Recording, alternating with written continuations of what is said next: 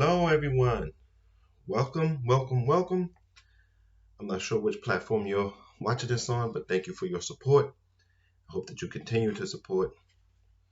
And I'm reading from this month, The Making of America, because we're trying to figure out where we go from here.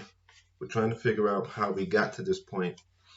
And I will try to bring you relevant books and try to bring some more psychology and philosophy. But right now, we're going to deal with politics. A New World Divisible.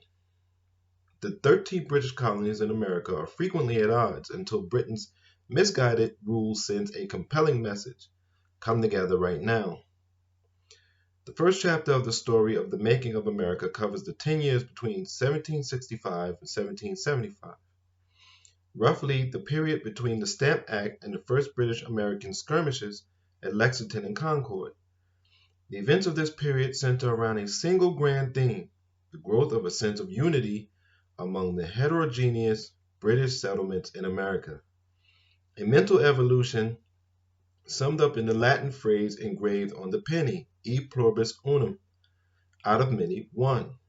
The development of this shared sense of a common destiny among formerly desperate or disparate colonies and individuals was the beginning of the process that led directly to the Declaration of Independence in 1776 by a new entity on the world stage. A confederation of former colonies called itself the United States of America. If we are to appreciate the efforts of those who bridged the divide between pluribus and unum, we need to begin by measuring the divide. In 1763, the British succeeded in driving the French out of North America in the Great War of Empires. The Europeans called the 7 Years' War, and Americans called the French and Indian War. At this time, the British colonies along the Atlantic coast of North America were a clutch of dissimilar settlements. Each colony was its own small world, and the differences among their residents far outpaced their similarities. Colonists worshipped the different churches, or in different churches, grew different crops, lived in very different environments, worked at different trades, only 150 years removed from the British settlements in the New World. Most Americans were still strangers in a strange land, more interested in building a future for themselves and their children than in creating a new nation. We don't realize how large the United States is. This territory is large, massive. In the 1760s, the colonies made up a fascinating, diverse pageant of humanity.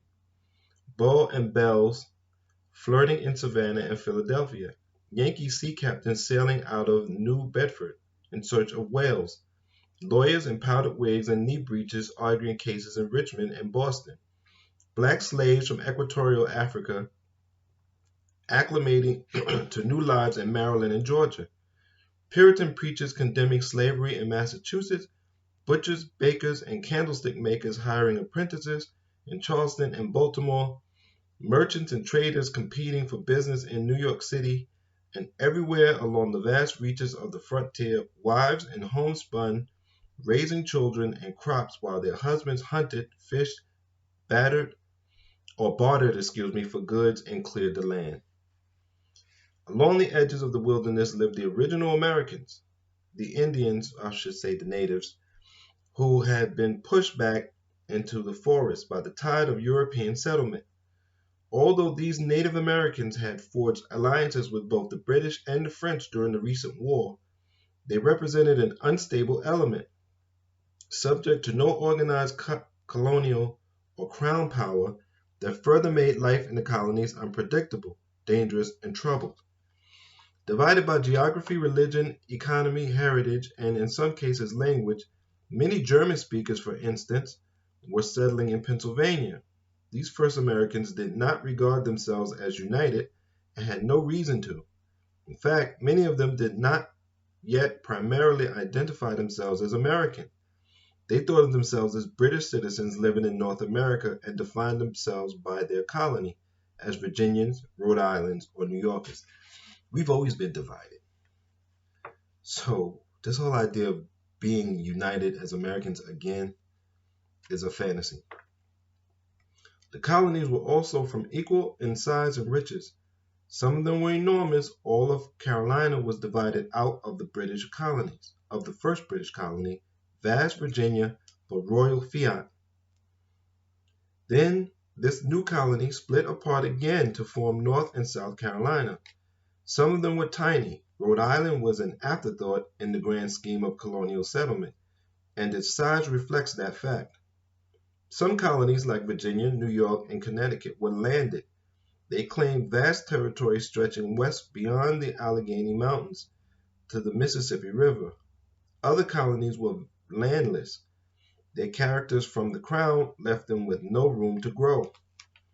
Some colonies like Pennsylvania, Maryland, and Massachusetts had been founded on a sense of religious mission.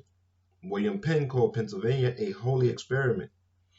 Others like New Jersey and New York had been established with an eye to commerce and trade. One deep colonial division would chart the future of the nation.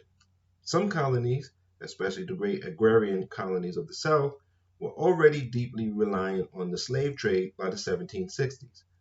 Other colonies, mostly in the North, had little need for slaves.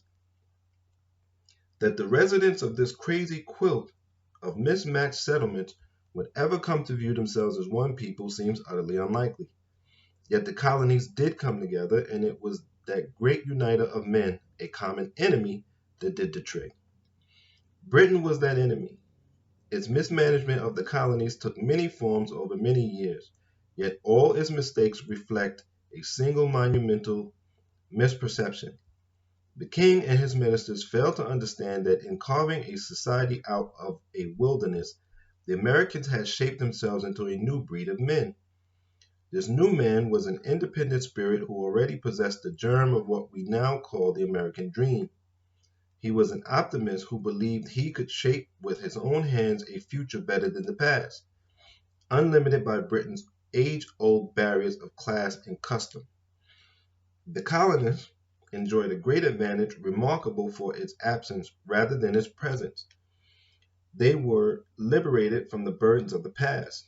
The New World was originally a geographical term, but it can be seen to stand for something larger.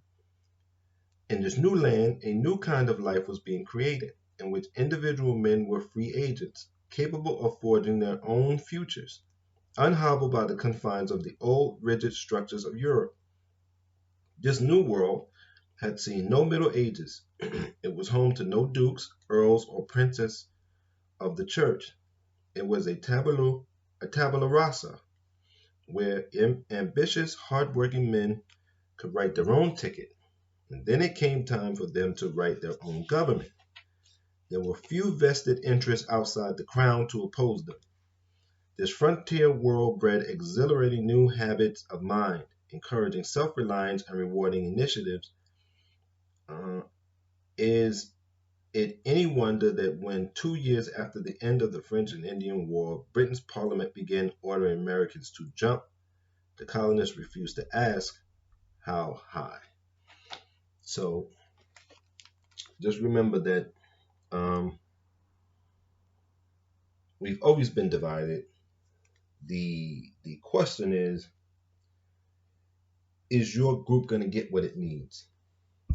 And if we can have group and ethnic cooperation, and everybody can get what they need.